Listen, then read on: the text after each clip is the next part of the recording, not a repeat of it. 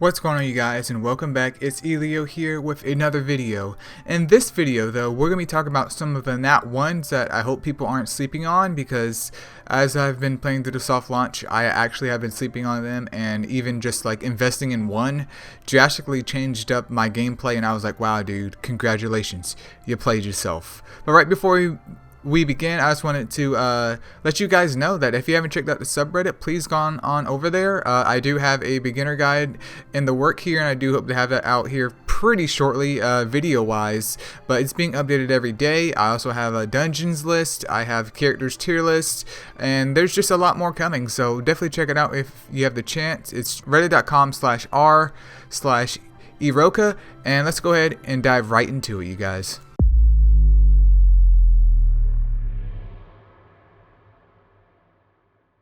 Alright, so starting off with the top 3 Nat 1s that hopefully you guys aren't sleeping on, because they're actually very useful, is going to be my girl Muto over here. Now, I was team Marion, and even though Marion at this point in time of soft launch is farmable compared to Muto versus, you know, you just have to do pulls for Muto, I do find that Muto was at least a lot more enjoyable to use through my progression of the game. We can take a look at her skills real quick though, just to figure out why she's so useful, or why is she regarded as useful as a Nat 1. So for her first skill, Mind Shock, nothing extremely amazing right there, but she gets MP recovery from that. Her second skill heals one ally for 20% of her max HP over 2 turns, and then it removes 1 debuff and grants immunity for 2 turns. And the amount of HP healed is based on Marion's max HP, which I think this is a typo. This should be based off her own max HP, because it wouldn't make any sense for Marion. Why would you have to build Marion if, you know, you're not even using her just to power up Muto? That'd be very weird. And then for her ultimate skill, it heals 15% of max HP and removes 2 debuffs to all allies. And the amount of heal HP is based on Marion's max HP. Once again, I do believe this is a typo. But what really makes Muto good is that while Marion has more of a passive heal, which isn't really that much, especially with the content that we're doing, I do believe in the future her immunity skill is going to be very important depending on your compositions. Not to mention her being able to remove a debuff is very peculiar as well, because there could be situations where we're going to have a lot of debuffs applied to us, especially in a PvP environment, and you want to get rid of those debuffs, because if one is like a turn gauge debuff, well, congratulations, that unit isn't getting a turn. But if she can take that off and heal them, even though it's over time, I feel like that's a lot more potent than just blasting off a heal, which is something that you could do like this right here. Let's take a look at her stats real quick. So her defense is okay, HP is fine, and I mean, I didn't really think about it too much, but you know, it's really important that you take into account their stats, because they could have garbage stats and be absolutely useful, absolutely useless, and it doesn't really matter what their skills are. So you can have amazing skills and just terrible stats and be absolutely useless. But in this case, Muto is actually one of my favorite Nat 1s to use, and I'm constantly trying to raise her. It's just right now, I don't definitely need a healer, but I'm trying to prep her up for the future. And we can see what her passes over here. She gets an HP increase. There's also her debuff resist rate, which could also prove to be very useful later on in the story and PvP, and then dodge rate, so she doesn't take any damage as well. Alright, second on the list though is going to have to be Sumi. Now, I haven't raised Sumi yet, but I will definitely try and drop a video on her whenever I get the chance to, after I finish up a couple other units, just because I think dudes out there are absolutely sleeping on Sumi. I could be wrong with this, but at least from her skills, she already sounds like she's definitely one of the must-have units if you want to be, you know, that guy right there. But her base stats aren't anything particular. I mean, she is level 1, so it is kind of hard to kind of compare about what she's doing right there, and I honestly need to do a little bit more analysis on her stats, but it is what it is. But for her first skill, dash and slash, it deals 80% of her attack, and then it bleeds a target with 60% chance for 3 turns. Now, from my understanding, I think bleed activates after. It's either before or after an enemy's turn. I think it might be after an enemy's turn, but bleed on a normal attack for 3 turns if it's applied at level 1 for the skill, that's already pretty decent. Like, you already have a debuff going with that. And then for her active skill, Full Moon Slash, it deals 100% of attack onto a target and bleeds it with a 75% chance for 3 turns. And it causes an additional bleeding effect from a crit. So if this crits, she's going to apply 2 stacks of bleed onto a single target. Not to mention, we already have her normal move, so we're talking about 3 stacks of bleed on a normal target. That's a lot of bleed. And then for her final, she has Sword Dance, which deals 170% of her attack onto a target, and that damage is boosted based on the bleeding effects. So think of her as basically like the Nat 1 version of Slaha, but she's based around bleed. Now, I'm not exactly sure how potent bleed is. I can say that it does work as a debuff, but I think this is probably a very, very incredible unit that needs to be raised out there, and I definitely want to raise her as soon as possible because that's a lot of bleed.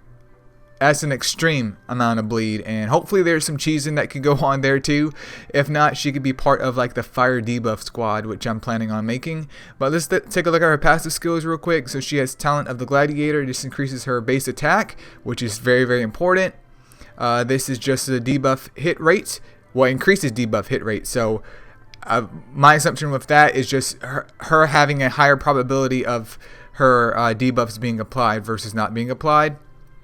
And then for her last move, increases crit rate by 4%. As we level that up, she would get higher crit rate, which would then very much coincide with her second skill, which is Full Moon Slash. Like, dude, I'm already getting hyped just even reading this. I mean, on paper, she sounds super duper good, but I actually need to put that into motion to figure out how good my girl Sumi is.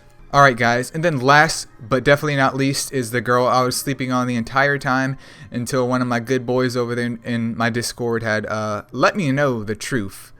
Baby girl Lisa. You guys don't understand. I totally slept on this unit, but I got her to level 20 one day, and I put her against like some level 30, almost 40 mobs that were fire. She straight decked them dudes, 100% decked them dudes. So if you haven't built Lisa, I definitely implore you to do so. I will have more information about her once I do the beginner's guide video coming up here very, very soon. But let's take a look at her skills real quick.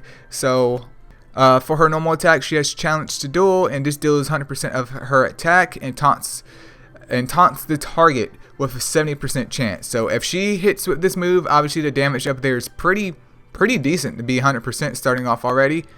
But mine is not fully booked up, but she is booked up, so that explains that. But 70% chance is pretty high, so she can draw attention to whatever unit possibly, if that sticks, to come to her and attack her, which is good for focusing purely on her so your other targets don't get like mauled.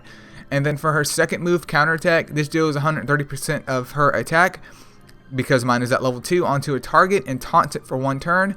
Once again, taunt is being applied, in addition to becoming inside the counterattack state for 2 turns. So this lasts for 2 turns, and what this means is that once this move is procced, that if she gets hit, especially since she has already taunted the enemy, hopefully, basically she gets a free hit off. So that's going to add up. I mean, that's basically her attacking 2 times within a turn once counterattack is up. So that does add up, and you can get a lot of damage from this, because I've definitely seen it, even with her measly 130% of attack being added to it. And my Lisa isn't even the best, and she's already performing quite well.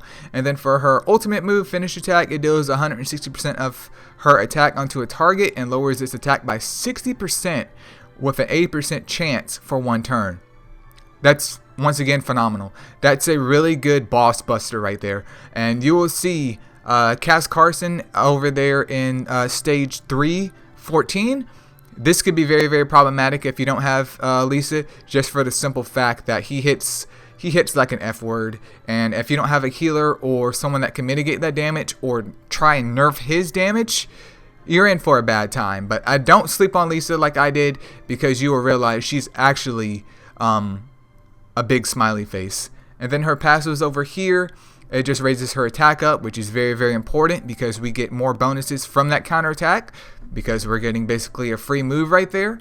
and then this boosts up her HP once again for more survivability and hopefully being able to tank another hit or two.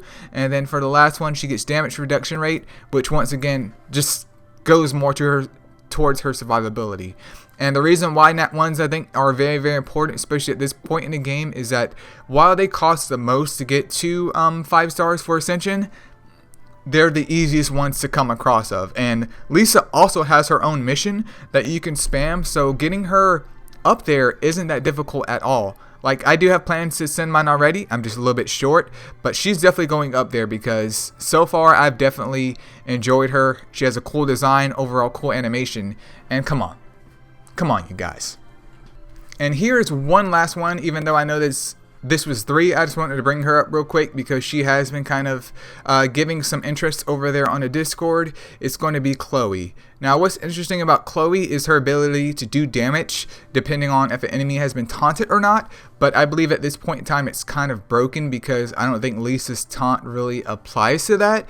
But if there's a unit that comes out here in the near future that can actually do the taunt that Chloe needs for her skills to proc, this girl is going to be straight up dirt nasty. She's probably going to be the most broken Nat 1 at this point in time. So let's take a look at her moves real quick. Swift Edge deals 80% of her attack onto a target and causes a pincer attack from an ally with a 40% chance. Kind of low, but pincer attack from my understanding at least has your ally come in and do some more damage up there as well if it does proc, but I don't really rely on that. For her second move though, Spiral Slash, it deals 100% of attack onto a target and it doubles damage if the target is being provoked. So the issue with Lisa and Chloe is that Lisa taunts, but you need a provoker. But this is very, very similar to Malavi, where her it's based more on HP, and obviously I think she has a little bit lower of her attack rate with books, but it's just, you know, double the HP equals double the damage of her AoEs, while for her it's just double damage on that one target as being provoked, which already at 100% level 1 is getting spicy.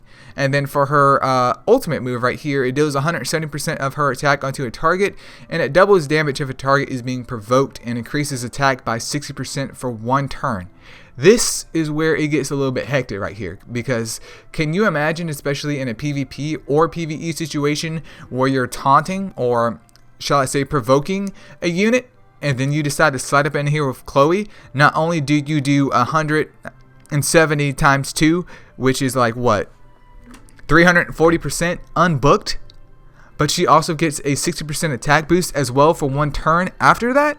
So if they're still provoked, you can go ahead and slide this move out on them again, which already does 200% at level 1 if they're provoked, fully booked up. Oh my goodness, dude, this is just absolutely disgusting amounts of damage. Absolutely disgusting. And I can't really infer anything from her stats right there, but hopefully you're understanding what I'm saying here. And take a look at her passives real quick. Obviously she has the boosted attack. This one over here boosts her accuracy rate, so I'm assuming her moves don't miss, if that is a thing. And then this one over here increases penetration rate, so she can get through that defense hopefully a little bit more. But I think Chloe, especially if we get a provoke unit, is going to be like top tier. Unless they nerf her because they find out that her damage is just way too high.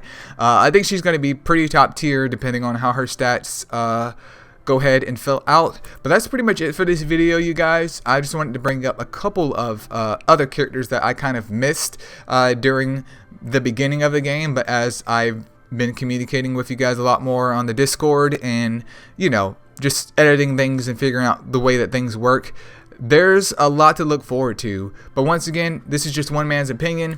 Feel free to leave a comment below about what your favorite 1-star unit is, or if there's a 1-star unit that you're curious about building. I would love to give you my opinion on that. And once again, I implore you, if you guys haven't already, go ahead and check out that subreddit. Go ahead and bump up your boy's basic plus beginner's guide, because more information is coming in on that soon. And I'll see you guys in the next one. Peace out.